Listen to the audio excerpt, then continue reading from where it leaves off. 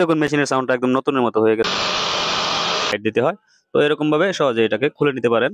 আসসালামু আলাইকুম সম্মানিত ভিউয়ার্স, এই গ্যান্ডিং মেশিনটার কি প্রবলেম আর কিভাবে ঠিক করব সেটাই আজকে দেখাতে চলেছি। গ্যান্ডিং মেশিন সম্পর্কে যারা অভিজ্ঞ আছেন তারা নিশ্চয়ই এতক্ষণে বুঝে গেছেন যে এই মেশিনটার কি সমস্যা হয়েছে। তো চলুন আমরা খুলে দেখি। তার জন্য প্রথমে পিছনে যে থাকা স্ক্রুটা খুলবেন, তারপরে বাকি অংশগুলি খুলবেন। তো এই মেশিনটা কিন্তু ফেলে দিয়েছিল একজন, যার মেশিন সে এই শব্দের কারণে যে এটা আর ঠিক হবে না এরকম। তো চলেন এটাকে আমরা সম্পূর্ণ ঠিক করে দেখাই, আর এরকম হলে কিভাবে ঠিক করবেন সেটাও আমরা দেখে দিতে চেষ্টা করব। তো প্রথমে এগুলা খুলে নিবেন, এই পিছন দিয়ে খুলে এই কার্বন গুলাকে খুলে নিতে হয়। তো কার্বন গুলাকে আমরা পরে খুলবো। এখানে কার্বন আছে, দেখেন কালো হয়ে গেছে একদম। তো চলেন আমরা আগে সামনের দিকটাই খুলি, সামনের দিকটা খুললেই কিন্তু রোটরটা বেরিয়ে আসবে। এই 4টা স্ক্রু খুললেই দেখবেন সহজেই খুলে চলে আসছে, খুবই ইজি এটা খোলা। যদিও স্ক্রু গুলা একটু ভালো টাইট থাকে, মোটামুটি ভালোই টাইট করা থাকে, কারণ এটা অনেক স্পিডে যেহেতু ঘুরে এটাকে খুব শক্তপোক্ত ভাবে টাইট দিতে হয়। তো এরকম ভাবে সহজে এটাকে খুলে নিতে পারেন। তো এখনই বোঝা যাবে যে এটার আসলে কি সমস্যা ছিল, কি কারণে এত শব্দ করে। মূলত এটার বেয়ারিং এর প্রবলেম। দেখেন এটার বেয়ারিং এর কি অবস্থা হয়েছে, বেয়ারিং একদম নষ্ট হয়ে গেছে। এই বেয়ারিংটাই এটার মূল সমস্যা, আর অন্য কিছু সমস্যা নাই। এই বেয়ারিংটা চেঞ্জ করলে কিন্তু ঠিক হয়ে যাবে। দেখেন বেয়ারিং এর চুরিগুলা কিন্তু ভেঙে গেছে, বল আটকায় রাখার যে চুরিটা আছে, যে চুরিটা বলগুলাকে সমান সমান দূরত্বে রাখে, সেই চুরিগুলা কিন্তু একদম ভেঙে পড়ে গেছে।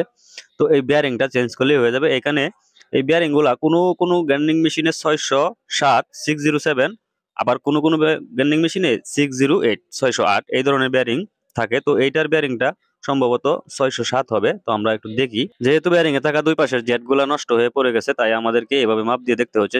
জেট থাকলে তো হয়তো জেটের মধ্যে লেখা থাকতো।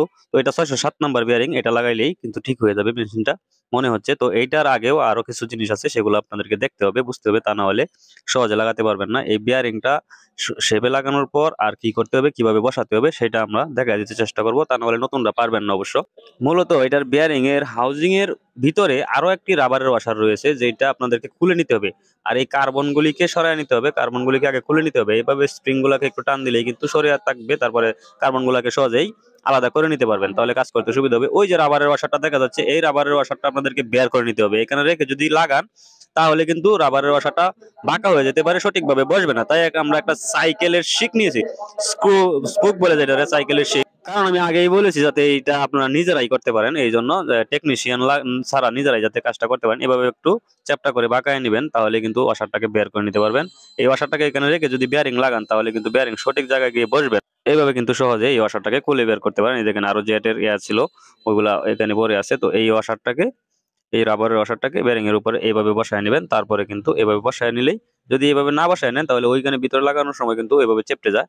তো তার জন্য এভাবে বসায় নেবেন, বসায় লাগায় নেবেন, তাহলে কিন্তু সহজ হয়ে যাবে এবং কোনো সমস্যায় আপনাকে পড়তে হবে না। এই যে সুইচটা দেখতে পাচ্ছেন, এই সুইচটা থাকবে নিচের দিকে, এভাবে রেখে পজিশন ঠিক করবেন, পজিশন ঠিক করে বসায় নেন। বসায় তারপরে স্ক্রু গুলাকে আটকে নেন, তারপরে কার্বন গুলিকে আগের মতো করে বসায় নেন। বাস এটুকুই কাজ হয়ে গেল। তো আমরা এখন এই মেশিনটাকে টেস্ট করে দেখব, যে কার্বন লাগানো হয়ে গেলে আমরা টেস্ট করব। এখন দেখুন মেশিনের সাউন্ডটা একদম নতুনের মতো হয়ে গেছে। তো এই নিয়মে কিন্তু যে কেউ চাইলে নিজেই নিজের মেশিনটাকে ঠিক করে নিতে পারেন, ফেলে দিতে হবে না। তো আজকের মতো এ পর্যন্তই। সকলে ভালো থাকবেন, সুস্থ থাকবেন। আসসালামু আলাইকুম।